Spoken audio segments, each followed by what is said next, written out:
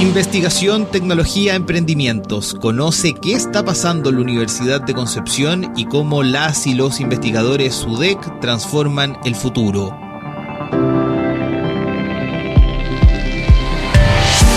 Un espacio preparado por la Vicerrectoría de Investigación y Desarrollo UDEC. Aquí comienza Señales del Futuro. Bienvenidas y bienvenidos a otro capítulo de Señales del Futuro, aquí en Radio Universidad de Concepción, desde donde preparamos este programa para llevarles a ustedes todos los aconteceres, todas las novedades acerca de la investigación que realizan las académicas y académicos de la universidad y que, por supuesto, gracias a ellas conocemos un poquito más sobre el mundo que nos rodea. Soy Soledad Toledo Cabrera, le doy la bienvenida y le doy también la bienvenida al doctor Pablo Guerrero Martín, quien es académico de Botánica de la Facultad de Ciencias Naturales y Oceanográficas e investigador principal del Instituto de Ecología y Biodiversidad, el IEB, y del Instituto Milenio Biodiversidad de Ecosistemas Antárticos y Subantárticos BASE. ¿Cómo estás, Pablo? Muy bien, muy contento de estar acá. Muchas gracias también por la invitación. Pablo, hoy día vamos a conversar porque, según las proyecciones de la Corporación Forestal Nacional, de CONAF, este año vamos a poder presenciar una vez más, para quienes estén en la zona, el fenómeno del desierto florido, que, bueno, se presenta generalmente en el sector del Parque Nacional Llanos de Chayé y en sus alrededores, y podría empezar ya a ocurrir ahora a partir de la tercera semana de septiembre. Pablo, tú conoces bien el desierto florido. Cuéntanos de qué se trata este fenómeno. Bueno, el desierto florido es una expresión distinta al desierto que uno no está habituado. Es una floración masiva de las especies producto de una lluvia inusualmente alta. Son lluvias que normalmente caen en invierno, como ocurrió este año, y eso gatilla rápidamente el despertar de muchas semillas de arbustos que, si bien están vivos, ¿cierto?, pero pueden estar en latencia. Entonces están en un estado mucho más inactivo, y una vez que reciben este estímulo que es el agua, ¿cierto?, que este bien tan preciado, un recurso único, estimula y gatilla una floración masiva y también sincronizada. Entonces, distintos tipos de plantas, que pueden ser arbustos, plantas anuales, cactáceas, rápidamente se activan, empiezan a crecer. De hecho, ya están con brotes verdes y rápidamente van a empezar a florecer de distintos colores dependiendo de la especie, amarilla, roja, azul incluso. Un fenómeno maravilloso y que, bueno, en nuestro país tenemos el privilegio de contemplar no todos los años, esto es bastante esporádico, pero ¿cómo se manifiesta en otras latitudes, en otros desiertos o en otros climas? ¿Existe una floración con estas características? Existe en otros lugares, pero en realidad en bastante pocos lugares en todo el planeta, ¿no? Hay desiertos como el desierto de Namibia, que es un desierto relativamente similar al que tenemos en Atacama, que son desiertos fríos, que cuando se dan las situaciones atmosféricas y oceanográficas se generan lluvias inusuales, ¿no? Y esas son las lluvias inusuales que gatillan este fenómeno, y si bien puede ocurrir en alguna magnitud en otros lugares del planeta, probablemente el que ocurre en el desierto costero de Atacama es uno de los más icónicos del mundo y también muy llamativo, ¿no? Porque el desierto de Atacama, como se sabe, es uno de los desiertos más áridos del planeta, hiperárido. O sea, no es árido, es hiperárido. O sea, cualquier poquito de agua, las plantas rápidamente la captan y empiezan a reaccionar.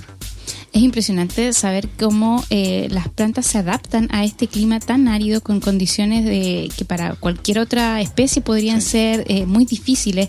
Entonces quería saber qué especies se han adaptado a este clima, a estas condiciones, y cómo han podido ustedes observar esta evolución que tienen las plantas para adaptarse a estas condiciones.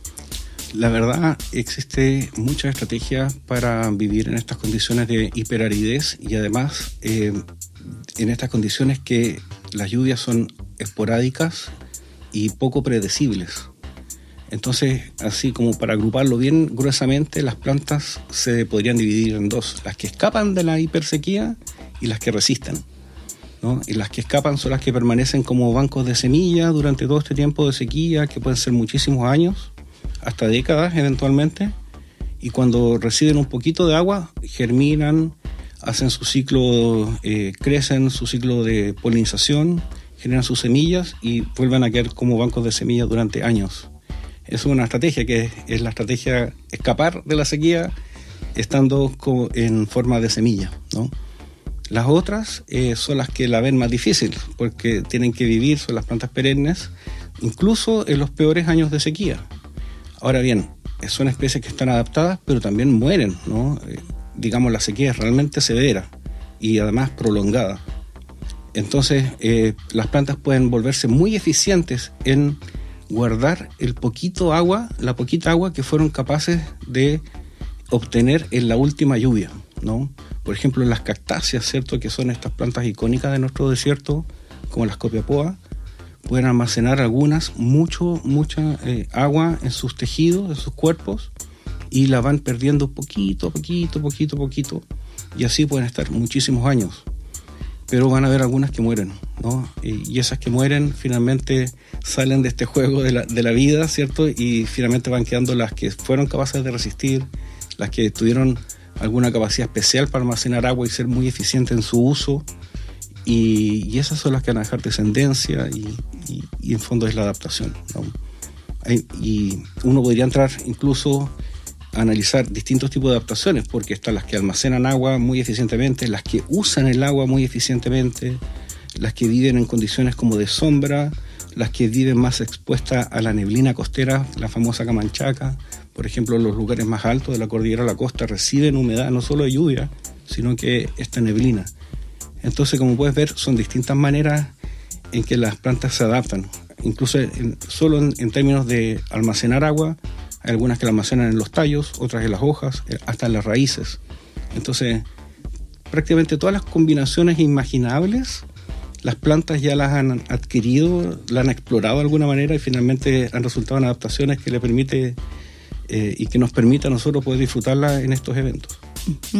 ¿Cómo conviven estos ecosistemas con tanta diversidad también de alternativas para ir sobreviviendo en el desierto? ¿Y cómo se contactan o cómo conviven también con otros seres vivos de la misma zona? La fauna, con los insectos, con, otras plantas, o incluso con plantas invasoras que pueden ir llegando acarreadas por la actividad humana.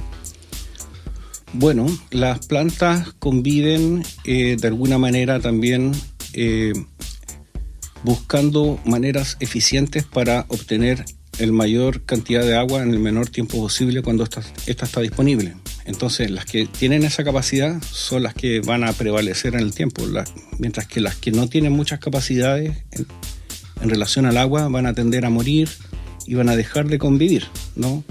Entonces, las que nosotros podemos ver y conocer en la actualidad, que no deja de ser una alta cantidad de especies, porque son cientos, son especies que de alguna manera, producto también de nuestra geografía, ¿cierto?, de Chile en general, pero también del desierto de Atacama, que tiene muchas montañas, es muy heterogénea topográficamente, van encontrando pequeños micrositios donde ahí sí pueden dar, si bien, y no en el plano, porque en el plano tal vez son otras especies que le ganan en esa coexistencia, y finalmente lo que hay en el desierto florido va a reunir este gran conjunto de especies, porque van a haber especies que van a vivir en ciertos lugares, otras en otras más rocosos, y finalmente es una combinación de las capacidades que tienen las especies, pero también de cómo es el paisaje tan heterogéneo. Esta bonita combinación de paisaje, de geografía, de flora y fauna que logran convivir en este lugar que parece tan árido, por supuesto merece ser cuidado, ser protegido y necesita un resguardo especial. Existe la iniciativa de crear hoy en día un parque en ese sector, que sería el Parque Nacional Desierto Florido de la región de Atacama, pero efectivamente ese parque necesita ciertas condiciones. ¿Cuáles serían las mejores condiciones para que ese parque pueda efectivamente ejercer una buena protección de estas especies? Claro, un parque debiera, dentro de sus objetivos, conservar la mayor variabilidad de especies, ¿no? Y las especies, como conversábamos recién, dependen mucho también de la variación del paisaje. Entonces, si es un paisaje homogéneo, plano, efectivamente van a haber plantas y especies que van a vivir ahí, pero dentro de todo va a ser un número limitado, ¿no? Pero si es un parque que es lo suficientemente amplio para incluir dentro de su protección toda la riqueza topográfica que existe en el norte, va, por supuesto, a conservar mucho más especies, ¿no? Por lo que conversamos. La heterogeneidad espacial, geográfica, está muy vinculada también con la biodiversidad. Estamos conversando con el doctor Pablo Guerrero Martín, quien es académico del Departamento de Botánica de la Facultad de Ciencias Naturales y Oceanográficas e investigador del Instituto de Ecología y Biodiversidad y del Instituto Milenio Biodiversidad de Ecosistemas Antárticos y Subantárticos, con quien hablamos acerca de el desierto florido y de la maravillosa capacidad que tienen algunas plantas para poder adaptarse a estas condiciones. Pero en el siguiente bloque, profesor, queríamos hablar también de la capacidad que tienen para adaptarse a otros climas extremos. Hablamos en el primer bloque del desierto florido y me conversaste reciencito en la pausa algo maravilloso, que es la capacidad que tienen estas plantas de adaptarse durante millones de años. Sí, son millones de años que finalmente uno puede ver una especie en la actualidad, pero finalmente sus parientes y sus ancestros han pasado millones de años viviendo y soportando circunstancias muy difíciles, y finalmente eso se traduce en que podemos verlas en lugares extremadamente áridos o extremadamente fríos o en general estresantes, ¿no? Y eso lo permite. De hecho, vamos a hablar ahora acerca de no las plantitas que crecen en el desierto, sino de aquellas que crecen en la Antártica y en sus islas alrededor. Esto porque existe el proyecto Seaflora, ¿verdad? Sí. Del que fuiste líder y donde se recopilan más de 14.500 datos sobre la flora presente en las islas que rodean el continente helado. Cuéntame un poquito cómo fue realizar ese trabajo y qué características tienen las plantas ahora, ya no que viven en el desierto, sino que viven en extremo frío. Claro, en el desierto helado, ¿no? En la Antártica también es considerado un desierto, un lugar muy seco, donde llueve muy poco y es muy frío. Ese trabajo fue bien especial, fue un trabajo que tiene una dimensión histórica. Hay que pensar que estos lugares australes, extremos, subpolares o polares, han sido, para la historia de la humanidad, ha sido recientemente conocido, ¿no? Poquito más de 150 años se conocen estas especies, pero desde una perspectiva bastante superficial en su comienzo, ¿no? Dando cuenta de su existencia prácticamente. Sin embargo, en la medida que han avanzado las exploraciones desde más de 100 años, se ha encontrado que la diversidad de plantas vasculares, que son las plantas, por ejemplo, las angiospermas, las plantas que dan flores, es bastante nueva y reciente, ¿no? Y en ese sentido las islas subantárticas son particularmente relevantes. ¿Por qué? Porque estos ecosistemas polares y subpolares están cambiando muy rápidamente por efecto del cambio climático, pero también porque los humanos visitamos mucho más las islas. Entonces, ¿qué es lo que pasa? Es que las especies se mueven, ¿ya? Eso uno no lo concibe tan bien para las plantas porque no tienen alas, no tienen pies, claro, no tienen patas. Cuesta imaginar cómo se va a mover una planta. No caminan, pero las plantas tienen una enorme capacidad de moverse, sobre todo a través de sus semillas. Entonces, lo más probable que ocurra, y que de alguna manera ya está empezando a ocurrir, con el calentamiento global, gran parte de la Antártica, sobre todo la península antártica, se va volviendo cada vez menos hostil para las plantas con flores, y por lo tanto, uno pensaría que las primeras plantas que van a llegar son justamente las que están adaptadas a las condiciones no tan extremas como, por ejemplo, subantárticas. Entonces, saber bien cuáles son las especies que componen las islas subantárticas nos va a ayudar también a entender cuál es el futuro de la Antártica, ¿no? En que se espera que sea una Antártica mucho más verde de lo que es la actualidad, que los parches de vegetación se extiendan mucho más e incluso que las especies florezcan y se inicia un proceso de polinización más masivo que antes no existía. Eso implicaría también que van a llegar insectos, va a llegar otro tipo de fauna a esos territorios, ¿verdad? Sin duda. O sea, ya hay algunos poquitos insectos que viven en la Antártica, pero normalmente los insectos polinizadores o que interactúan más con las plantas, una vez que las plantas ya están establecidas y generan como alfombras verdes, es el medio por el cual los insectos que probablemente ya llegan, porque hay, como decía antes, hay movimiento de personas, de barcos, de aviones, llegan de alguna manera los insectos o las mismas semillas de las plantas tienen esta capacidad de usarnos, ¿no? Para poder viajar con nosotros. Y si está ya una cubierta vegetal, los insectos también van a poder tener mucho mejores condiciones para vivir y se van a establecer seguros nuevos insectos. Estos dos paisajes que parecen tan extremos comparten varias características, me imagino, y sobre todo la capacidad de los seres de adaptarse a ellos. ¿Cuáles serían aquellas características que tú indicarías como que efectivamente tienen parecidos entre el desierto de Atacama y su floración y ahora este reverdecimiento de la Antártida? Una de las cosas que tienen en común y que normalmente uno no piensa en aquello es que el agua no es tan disponible en ninguno de los ambientes. El desierto, obviamente, cierto, Atacama, que hay poca agua porque llueve poco, pero en las zonas antárticas y polares también hay poca agua porque el agua está congelada. O si precipita, va a caer en forma de nieve y esa nieve después se va a transformar en hielo. Por lo tanto, no está disponible en su formato líquido, ¿cierto?, para que la planta lo pueda absorber a través de sus raíces. Entonces, sufren de sequía, ¿no? Y ahí tenemos un factor muy en común. Entonces, mucho de cómo se adaptan las plantas también tiene que ver con eso, tanto en el desierto como en la Antártica, es cómo subsistir cuando hay poca agua disponible. Y ahí tiene puntos en común, como almacenar agua, vivir en los lugares que como micrositios sí tiene más agua en comparación al resto del paisaje, y también la polinización, ¿no? En algunos lugares donde el ambiente es muy severo hay pocos polinizadores, ¿ya? Obviamente no van a haber picaflores, ¿no? Pero también los insectos, ¿no? En esta zona no hay abejas, en las islas subantárticas no hay abejas, entonces son otro tipo de polinizadores que nosotros conocemos, ¿cierto? Y que pueden ser comunes en algunos lugares, que se vuelven particularmente común e importante en estas zonas, como mosquitas que hacen polinización, por ejemplo. Entonces las especies tienen que evolucionar para lograr ser polinizadas, porque muchas, si no son polinizadas, no son capaces de generar semillas, o también incluso pueden evolucionar mecanismos para autopolinizarse, ya que no siempre es algo tan bueno, porque obviamente cruzarse con uno mismo genera una descendencia como clonal prácticamente, ¿no? Genéticamente muy parecida, y se va perdiendo diversidad genética y después eso puede tener costos importantes. Uh-huh. Otro aspecto que es interesante también de estas plantas es que son climas o son espacios muy delicados, muy susceptibles hoy en día al cambio climático y también a la actividad humana.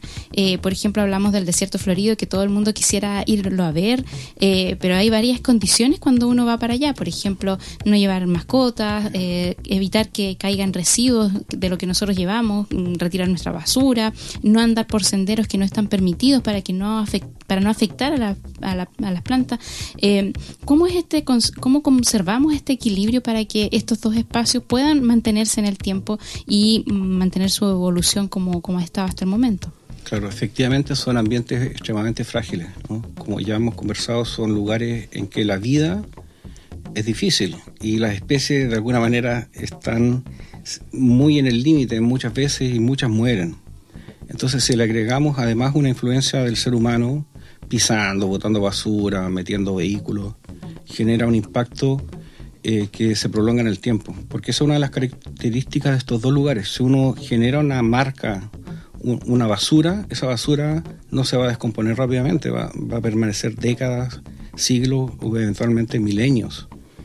Entonces, una de las características más importantes o de las cosas que podemos hacer para conservar estos ambientes es disminuir nuestro efecto, ¿no? El efecto negativo que solemos lamentablemente tener humanos, como por ejemplo estar en lugares silvestres, prístinos, donde están creciendo las plantas, no meternos en esos lugares, sino hacer caso a la autoridad, estar en senderos claramente señalizados, toda la basura que se lleva, debe ser toda equivalente a toda la basura que vuelve. Sí, esos son los principales. Y en el norte de Chile el tema de los parques nacionales es relevante. Finalmente, profesor, antes de que nos vayamos, hay un problema que usted ha denunciado bastante, que tiene que ver con la creciente amenaza con respecto al rapto, por así decirlo, de cactus y otras especies del desierto que se los llevan para hacer colecciones. Por ejemplo, las famosas colecciones de cactus o de suculentas, qué sé yo. Y hay un mercado importante en Europa, en Asia, también lamentablemente acá en el continente, y los daños que está produciendo eso. Por favor, este espacio se lo dejo para que alce la voz frente a ante esa actividad. Bueno, muchas gracias por la oportunidad de conversar de este tema. Es un tema que realmente es poco conocido, ¿no? Cuando uno piensa en tráfico de especies, uno piensa en rinoceronte, tigre, elefante, ¿no? Rara vez uno va a pensar en plantas, ¿no? Y a veces incluso podría pensar que es como inocuo. ¿Qué va a pasar si me llevo una hojita, si me llevo una semilla? Exacto. Lo que pasa es que hay varias cosas que suceden. Primero, muchas de estas plantas no son tan abundantes como uno cree. Uno las ve ahí y en realidad solo están ahí. No van a, si uno camina o se desplaza a 10 kilómetros, ya no van a ser las mismas especies, van a ser otras. Entonces son muy localizadas. Si uno va y saca una planta, un cactus, por ejemplo, un copiapoa, eso va a generar un daño bastante irreparable. Primero, porque lo más probable es que no seas la única persona que va a hacer eso, sino que van a haber otras personas que van a venir después y van a pensar lo mismo. Si saco una, no va a generar un efecto, pero después va a venir otra persona y va a pensar lo mismo. Entonces, finalmente van a haber 1000 personas y 1000 cactus van a ser extraídos de lugares que ya son sumamente localizados. Tampoco son muy abundantes, muchos, ¿no? Y además les cuesta mucho tener nuevas plantitas nuevas, ¿no? Que generar semilla y que esa semilla brote y que sea capaz de reemplazar a un adulto en el desierto, por supuesto que es muy difícil. Ya conversamos del desierto florido, de los casos que son las lluvias. Entonces sucede que el esfuerzo que hace toda una planta en generar semillas y producir descendencia, esa descendencia lo más probable es que tenga una probabilidad bajísima de reemplazar al adulto. Y si es extraído, esa probabilidad que era ya baja, pero que había logrado ser exitosa, se vuelve a cero. Entonces es un impacto que no tiene que ver solamente con la planta que me llevo, sino con la demografía natural que tiene una especie, que necesita tener una cantidad de adultos, necesita tener una cantidad de plántulas para tener una persistencia en el futuro, ¿no? Porque si no, solo lo que vamos a ver son como estatuas de plantas, ¿no? Que no son capaces de tener ciclos naturales porque no reclutan nuevas plantas y finalmente se entra en un vórtice de extinción y cuesta mucho salir de eso. Empiezan a agregarse nuevos problemas, ¿no? Estamos conversando con el doctor Pablo Guerrero Martín, quien es académico del Departamento de Botánica de la Facultad de Ciencias Naturales y Oceanografía y investigador del Instituto Ecología y Biodiversidad y del Instituto Milenio Biodiversidad de Ecosistemas Antárticos y Subantárticos, con quien conversamos acerca de la riqueza de nuestro país, la fortuna que tenemos de tener paisajes tan extremos en donde encontramos vida. Profesor, cuéntanos un poco acerca ya una reflexión final de la importancia de cuidar estos espacios y de investigar también para conocer más acerca de estas especies. Claro, bueno, nosotros como humanidad, gran parte de donde vivimos, qué sé yo, las ciudades, tenemos un problema que es la extinción de la experiencia con la naturaleza, ¿no? Esa falta de experiencia, contacto, roce con la naturaleza tiene consecuencias muy grandes, ¿no? Afecta la calidad de vida, afecta un desarrollo, ¿cierto?, del cerebro, y eso finalmente tiene impactos en las personas. Eso por un lado. Si destruimos los ambientes naturales, ese fenómeno de la extinción de la experiencia con la naturaleza se va a ver agravado, ¿no? Porque para ir a un lugar natural va a ser cada vez más lejos, ya no va a estar a 20 kilómetros, va a estar a 50, hasta que lleguemos hasta los 1000 kilómetros. Entonces va a ser un filtro muy importante para que la gente conozca los sitios naturales que son tan únicos del país y que de alguna manera nos representan y son parte de nuestra identidad y patrimonio. Si nosotros de alguna manera dejamos y nos distanciamos de aquello, ¿qué es lo que perdemos? Patrimonio, identidad. Y finalmente nos afecta como país, ¿no? Y la naturaleza además presta servicios de distinto tipo, qué sé yo, con el agua, el turismo, etcétera, etcétera. Entonces, perder eso muchas veces es irreparable, o el costo de repararlo es altísimo y supera por lejos el costo de conservar, ¿no? Entonces, mientras menos destruyamos, ¿cierto?, más barato va a ser tener todos estos beneficios para nosotros mismos, ¿no? Porque somos nosotros, los ciudadanos de este país, que disfrutamos de estas cosas, ¿no? Entonces, por lo mismo hay que cuidarlo, porque es un tesoro vivo que tenemos. Muchísimas gracias, Pablo, por estar aquí con nosotros esta tarde. Muchas gracias a usted por la invitación. Y muchas gracias a quienes nos acompañaron hasta el final de este programa, en donde estuvimos conversando con Pablo Guerrero, académico del Departamento de Botánica e investigador del IEB y del BASE, dos institutos de ecología dedicados a observar las especies en nuestro maravilloso planeta Tierra. Los invitamos, por supuesto, a seguir conectados a través de nuestras redes sociales y a estar atentos a las actividades de la Vicerrectoría de Investigación y Desarrollo a través de su sitio web. Por supuesto, nos encontramos el próximo lunes a las 20 horas en Radio Universidad de Concepción. Nos vemos. Chao, chao.